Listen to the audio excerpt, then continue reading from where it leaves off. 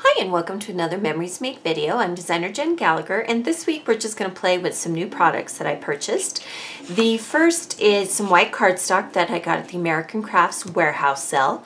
I'll also link you to some white cardstock in the two-piece store. This is a charming new collection from Lily Bee Designs, and it has elements of navy blue and kind of a coral orange. But I wanted to use this people paper as my foundation. But before I do anything, I want to add a little bit of mist. So I'm going to take this matte, this protective matte, and I'm going to use some Heidi Swapp Color Shine.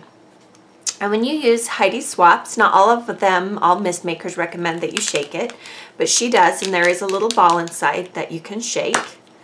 And then depending on where you mist and how far away from your paper you get, you can add mist throughout the page. Another thing that you can do is you can actually take the lid off, make sure you have some ink on the end, and you can add some splats. Or I've also seen people use eyedroppers for this technique. Now you'll need to let this dry, so I will come back in a little bit and finish up the rest of the page, but I wanted to add a little bit of mist, and the color on this particular mist is called Coral.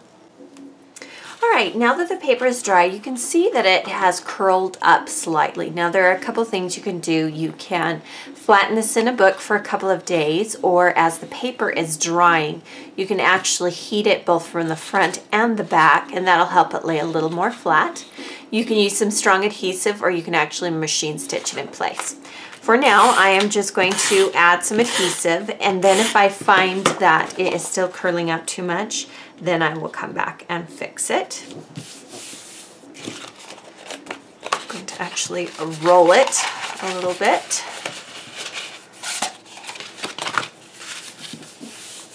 And it looks like it's bubbling a little bit, but once I get the other pieces on, it might hold still a little bit better. So there's a couple of pattern papers I'm going to use on this page. I'm going to bring in some of this Teal Star pattern paper from Studio Calico. This is a fun ombre pattern. There is a little bit of a white scallop dot to it.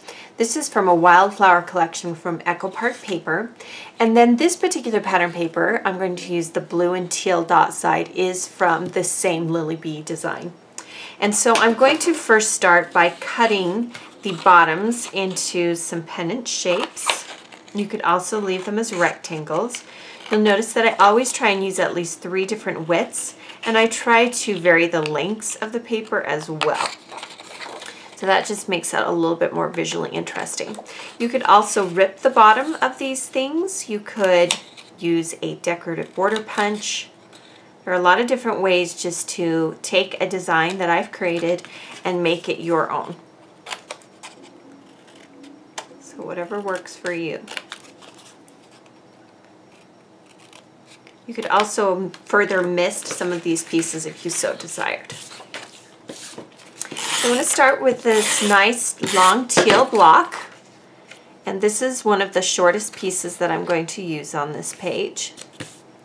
And then I'm going to add the scallop from the Wildflower Collection Cartabella paper, and I'm going to place that underneath. And then I'm going to overlap both of those with the navy. And you can see, as I mentioned before, the color scheme of the Lily Bee paper is what kind of motivated me and inspired me to use this particular color scheme.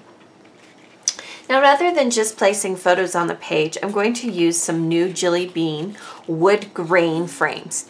Now, some of them are solid and some are die cut with words and die cut from shapes.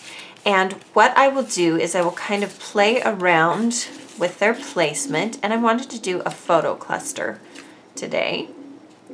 So I am going to kind of overlap like this. And then before I place everything down, I'm going to add the photos. Now, one thing that you can do is if you have a photo that you particularly love, don't be afraid to print it more than once. It's okay to use the same photo more than once on a page. It kind of adds an extra emphasis to the photo that you're using, and it makes it kind of fun to see the same photo over and over and over again. So I have pre-trimmed these photos to fit on these frames. You could also place these frames on a 4x6 photo and then trim them from there. I have changed these photos to black and white, so the colors matched the layout that I wanted to create. And she had on a hat that was very bright and multicolored, and I didn't want to use those particular colors today. Okay, now that we have the photos placed inside the frames, I can go back to kind of playing around with placement. And again, I'm thinking a visual triangle will work best. And I'm actually going to go ahead and cover up that life word. There are a few other elements I want to bring into the page, so I want to make sure that I'm leaving enough room to do that. And I have pre-pulled out, I've shopped my own stash for items I think would work for this particular layout. So let's go ahead and start adhering the pieces. And I'm sort of centering it on the page, but I'm not worrying too much about the placement. It's okay to have things a little off-centered. The one thing I did want to do is I did want to overlap the frames, and I did want to bring the frame kind of out and fill as much of the page as possible. So that was the only kind of self-inflicted rule that I had for myself on this particular layout.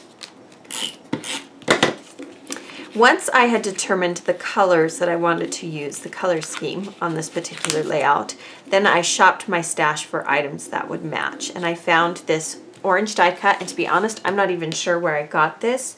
I usually buy several ephemera packs and then I add them to whatever projects I'm using. This particular die cut has been cut from my Silhouette machine, and it is actually a shape that you can get from the store. And right now this week there are lots and lots of shapes to choose from, and they're all 50% off. So if you own a Silhouette, this is a great week to download shapes for yourself. There is a new collection from Teresa Collins, and I don't believe it's in the two-piece store yet, but I did pick some of these up. They are coral and gold, which I thought would be great for this particular layout. So I'm just layering some of their pre-die cut shapes. If you don't have this particular packet or option of die cuts, you could simply cut them with your Silhouette machine, or you can use another ephemera grouping from a company who you do have. Now at the top of this little grouping, I'm going to add a flower, and this is, I believe, a Dear Lizzie collection, and it's just a fabric flower from American Crafts. It does already have adhesive on it, and I'm centering it right in the middle of those cluster of die cuts. To the center of this fun fabric flower, and again, this is something you could create on your own with crepe paper or tissue paper or even fabric if you have a nice thick die cut. I'm going to take a Color Magic butterfly die cut, and it has been sprayed again with the coral shine, and you can see that it takes on the color of whatever mist you use. And Heidi has a lot of new colors. She actually has a navy color out that I'm totally dying to get my hands on because I think it would be beautiful. But I'm just going to adhere that butterfly right in the center of that flower. And then to give it a little bit more dimension and bring that coral back, and you'll notice this pink is a slightly different pink, but I'm going to play with the eye a little bit by using a coral butterfly and a coral button tied with twine on top, and that will tone down that pink a little bit. Now I've been seeing a lot of sequins, and these are again from Teresa Collins. I have some small coral ones, and then I have kind of a champagne gold that I want to use. And what I wanted to do is I want to add them down the center of the page. And so I will just kind of start dumping them on my page, and then I'll go back and clean them up. And I usually adhere mine with small glue dots, but you could also machine stitch them in place. So once I've kind of got a visual, and again, I wanted to come down the center of the page, then I'll just take my glue dots and I'll start adding them individually to the page. And I'll think about trying to make them look random, but also making them look like a pretty decorative element for my layout. And some will go on the photos and some will go on the frames. If you don't have sequins, enamel dots will do, or if you have a standard size hole punch, that is another option you could easily incorporate dots on. You could even use your spray mist and add little dots down the center of your page. If you're going to do that, I do suggest that you mask off your photos so you don't get any paint or ink right on top of the photos. So again, we're just kind of coming down the center to add a little bit of glitz and glamour. You could also bring in this particular packet of sequins also had white, and that would be a pretty color to add as well. You can go as far down your page as you want with the sequins. So I'll show you up close. They are just coming down the center there. For my journaling, I printed off some journaling on some craft cardstock, and I want to keep that pennant shape going. So I'm going to turn this into a little banner. I've gently folded the journaling in half.